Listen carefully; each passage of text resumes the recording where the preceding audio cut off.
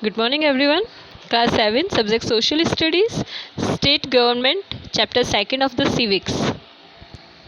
In the last video, I told you about the Legislative Council and the Legislative Assembly, and we are going to continue this topic.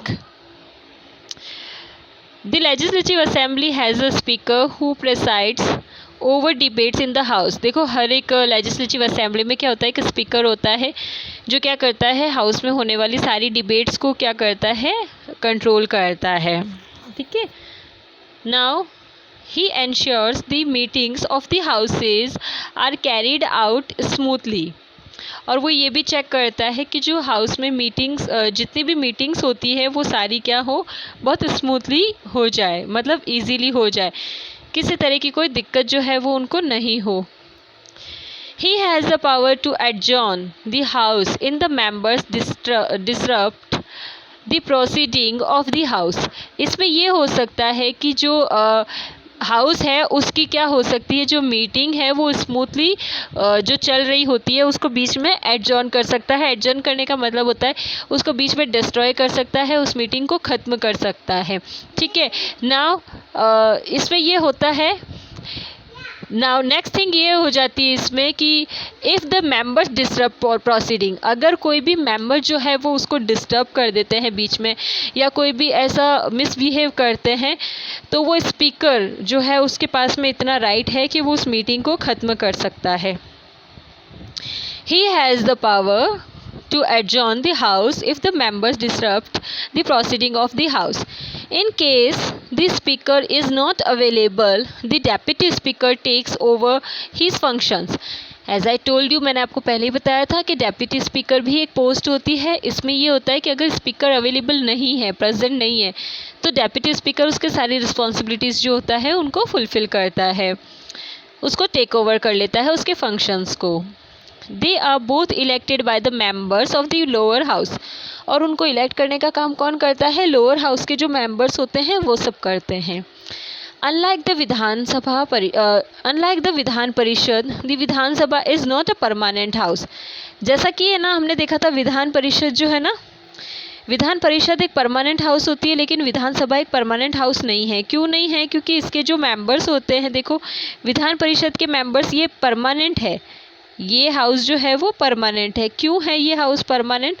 क्योंकि इसके जो 1/3 part है वो हमेशा retired होते रहते हैं, यानी कि वो तो बना रहता, पूरा डिज़ोल्व नहीं होती। डिज़ोल्व मतलब एक साथ भंग नहीं होती, एक साथ ब्रेक नहीं होती।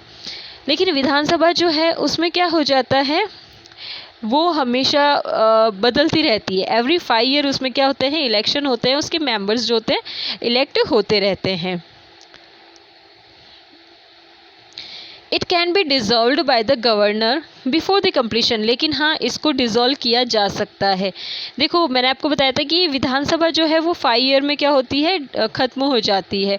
एवरी 5 ईयर इसका इलेक्शन होता है, ये रिकलेक्ट होती है, इसके मेंबर्स आते हैं फिर से। लेकिन इसको 5 ईयर से पहले, मे बी बिफोर 5 ईयर से पहले, यानी कि 3 ईयर के बाद ही, इसके बनने के 3 ईयर के बाद, after 3 year, if governor feel some like that, अगर गवर्नर ऐसा कुछ फील करता है तो क्या कर सकता है, उसको इन 3 सालों में ही डिज़ोल्व कर सकता है, यानी कि ख़त्म कर सकता है, ब्रेक कर सकता है। यहाँ ये एक्सक्यूजेस नहीं आएंगे कि हमारा 5 ईयर का जो टाइम है वो कंप्लीट नहीं हुआ है, ऐसा नहीं होता है। ये इसकी अथॉरिटी होती है गवर्नर की। Completion of its 5 year term and fresh election, और वापस सारे इलेक्शन करवा सकता है। Can be held to appoint a new house, पूरे न्यू हाउस के सारे मेंबर्स को वापस इलेक्ट करवा सकता है गवर्नर। देखो, गवर्नर की यहाँ पे पावर बताइए, बहुत ज़्यादा पावरफुल होता है गवर्नर एक स्टेट लेवल पे। The term of the lower house can also extended by up to a year in case an emergency. अब ऐसा है कि लोअर हाउस में एक प्रॉब्लम ये भी आ सकती है, या एक इसका एक्स्ट्रा वर्क ये भी हो सकता है, extra function.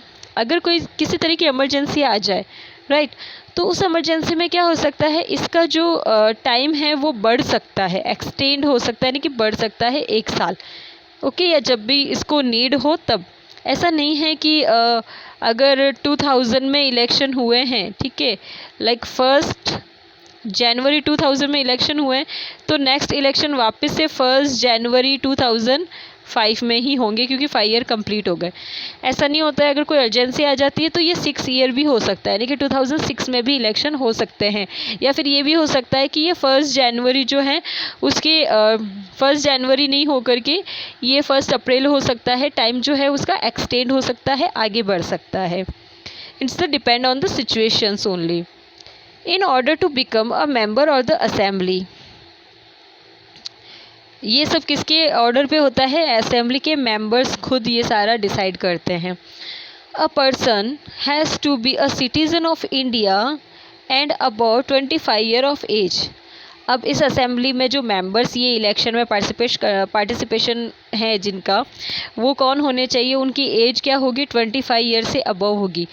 Remember one thing, आप वोट देने जाते हो तब आपकी एज जो है वो क्या होनी चाहिए?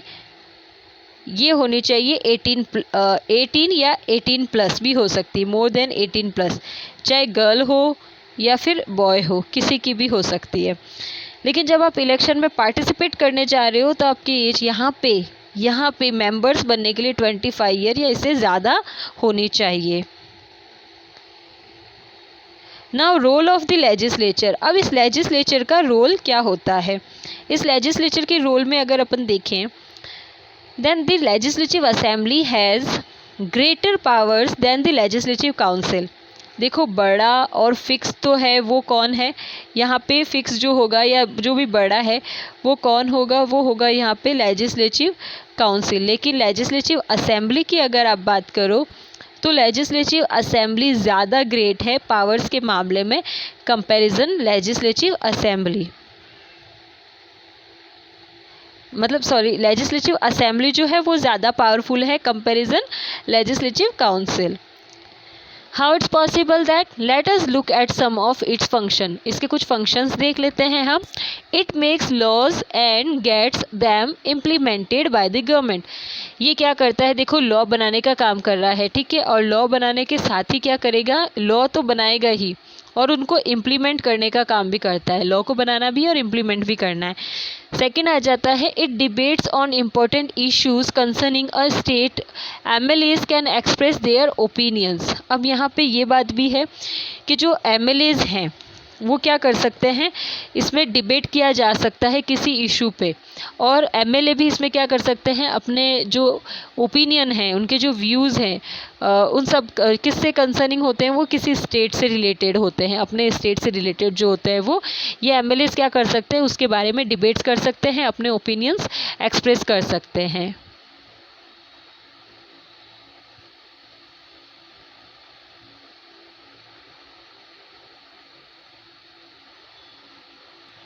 या फिर क्वेश्चंस कर सकते हैं। अच्छा, ये क्वेश्चंस करने का जो टाइम होता है ना, देखो हमेशा है ना, जब मीटिंग इनकी स्टार्ट होती है, जो पहला जो टाइम होता है, पहला 1 घंटा, वो हमेशा इनका क्वेश्चनिंग टाइम रहता है, यानी कि उस टाइम में ये क्वेश्चंस कर सकते हैं। Questions the government on any issue, किसी भी इशू के ऊपर ये क्वेश्चंस पूछ सकते हैं। यहाँ पे क्रॉस क्वेश्चंस पूछने तक की भी बात होती है। They can even suggest ways in which the government can resolve the issue. और ये भी सजेस्ट, देखो सजेशन आ रहा है, एडवाइस नहीं आ रहा है, सजेशन आ रहा है। अब डिपेंड करता है कि गवर्नमेंट इनके सजेशंस को फॉलो करेगी या नहीं करेगी, सजेशंस उसको बोलते हैं। एडवाइस हो जाता है, इसका मतलब होता है कि उनको ये करना ज़्यादा ज़रूरी हो जाता है, मतलब ये करना ही होगा, तब होता है एडवाइस। तो गवर्नमेंट के जो इश्यूज़ हैं उसके ऊपर डिस्कशंस चलते हैं, डिबेट्स होती हैं, और यहाँ ये लोग अपने अपने ओपिनियंस देते हैं ताकि गवर्नमेंट क्या कर सकती है? Government can resolve that kind of issues, जो भी इश्यूज़ चल रहे हैं उनको सॉल्व कर सके। Any decision that the chief minister and his council make, it has to be first approved by the legislative assembly। अब कोई भी डिसीजन जो होता है ना, वो बनने के लिए या अप्लाई होने के लिए ज़रूरी क्या होता है? ये चीफ मिनिस्टर जो होता है ना, council and any decision that the chief minister and his council make, जो चीफ मिनिस्टर ने बनाया है या फिर उसकी काउंसिल ने बनाया है ना, उस डिसीजन को क्या होता है? It has to be first approved by the legislative assembly. उसको कौन पास करना चाहिए? लेजिस्लेटिव असेंबली से उसको पास होना ज़रूरी है, उस बिल को या उस डिसीजन को, जो किसने बनाया है? चीफ मिनिस्टर ने और उनके काउंसिल ने। Now the legislative assembly legislative assembly also approves the budget. It decides how the government spends its money. अब ये क्या करते हैं, लेजिस्लेटिव असेंबली ये भी शो करती है कि अप्रूवमेंट देती है बजट के लिए, और ये डिसाइड करती है कि गवर्नमेंट ये सारा जो पैसा है वो कैसे खर्च करेगी। यानी कि जो बजट बना है ना गवर्नमेंट का, उस बजट पे कहाँ कितने पैसे खर्च किए जाने चाहिए, ये सारी भी रिस्पॉन्सिबिलिटी कौन लेता है, लेजिस्लेटिव असेंबली लेता है on the basis of state. सिर्फ स्टेट लेवल के मैटर की बात हो रही है ना, कंट्री लेवल में लेजिस्लेटिव असेंबली मैटर नहीं करता है, इंटरफेयर भी नहीं कर सकता है, उसके लिए फिनेंस मिनिस्टर होते हैं। It authorises and supervises all the work that the government does.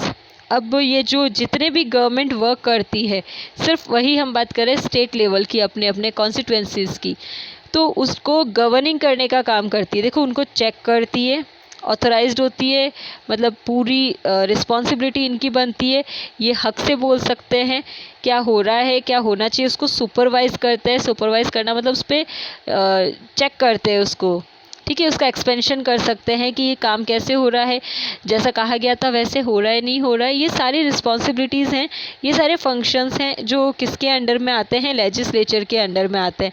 यानी कि लेजिस्लेचर का क्या हमने देखा है, हमने इसका रोल देखा है, किस में देखा है, स्टेट गवर्नमेंट के अंदर, और किससे को रिलेटेड होता है ये, स्टेट गवर्नमेंट से। So it's enough for today. In the next video we will continue this chapter and we will read a new topic, that is making of laws. हम इसके बारे में पढ़ेंगे कि लॉ कैसे बनता है, फिर लॉ कैसे पास होता है। जो मैंने आपको पूरा एक्सप्लेन किया था बिल वगैरह के बारे में, उसी को थोड़ा डिटेल में देखेंगे, and role of the governor. Till then take care of yourself. Thank you for the watching.